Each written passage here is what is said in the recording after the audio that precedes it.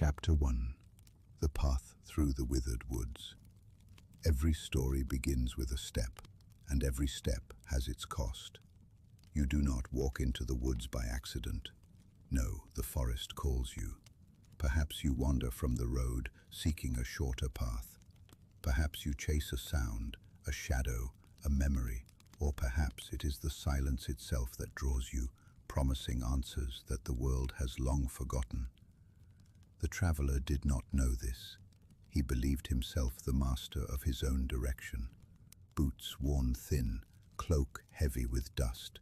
He followed a trail that was not marked on any map. A trail that seemed at first harmless. A narrow seam between the trees, a gap in the thorn, a place where the earth itself beckoned him forward. But the forest had been waiting. The trees were not like the trees he had known. Their trunks rose black and gnarled, scarred by lightning that had never struck, their roots clutching the soil like hands that refused to let go. The branches clawed across the sky, woven so tightly that even at midday, the world beneath them was dim as twilight. He listened. The forest breathed, not with the gentle stir of leaves in the wind, but with a deeper rhythm. A sound like the slow inhalation of something vast, something old. And in that breath, he heard the faintest of whispers. At first he thought it was the wind, but the words were too sharp, too deliberate, too human.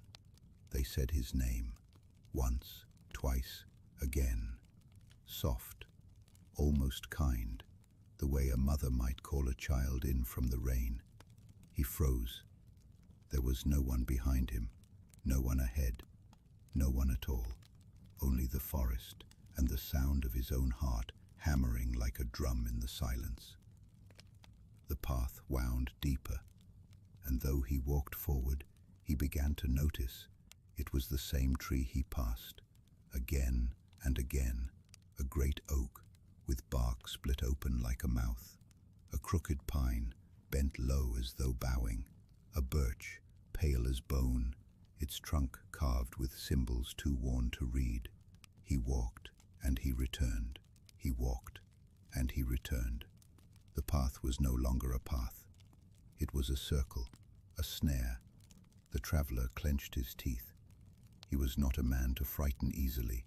He had crossed rivers swollen with storm, mountains broken by stonefall, roads where wolves prowled in the dark. But this was no wolf, no storm, no stone. This was hunger, and it was not his hunger. At last, he came upon the boundary stone. It stood half buried at the edge of a clearing, weathered by centuries, choked by moss, but the mark upon it was clear, a circle. Within the circle, a single eye. The pupil was carved deep, so deep that shadows seemed to bleed from it. He reached out. His hand trembled, though he did not know why.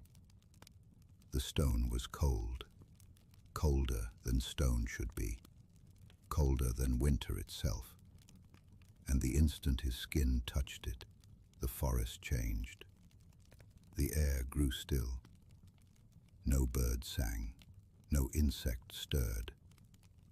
Even the wind seemed to hold its breath. The light dimmed, though no clouds crossed the sun. It was as though the day itself had faltered, the world forgetting how to shine. He stepped across the stone, and as his boot met the soil, a shiver ran through the ground, a sigh escaping from roots buried deep. The forest behind him was gone, where the trail had been. There was now only thicket, dense and choking, as if no road had ever existed. The path forward, however, was open. A corridor of trees stretched ahead, dark and endless, leading him onward to a place that did not wish to be found. And so he walked, step by step, deeper into the heart of silence, deeper into the withered woods. He did not yet know the truth, that the moment he crossed the stone, the village had already seen him. was watching, waiting, listening, and in the distance, the bells had begun to stir.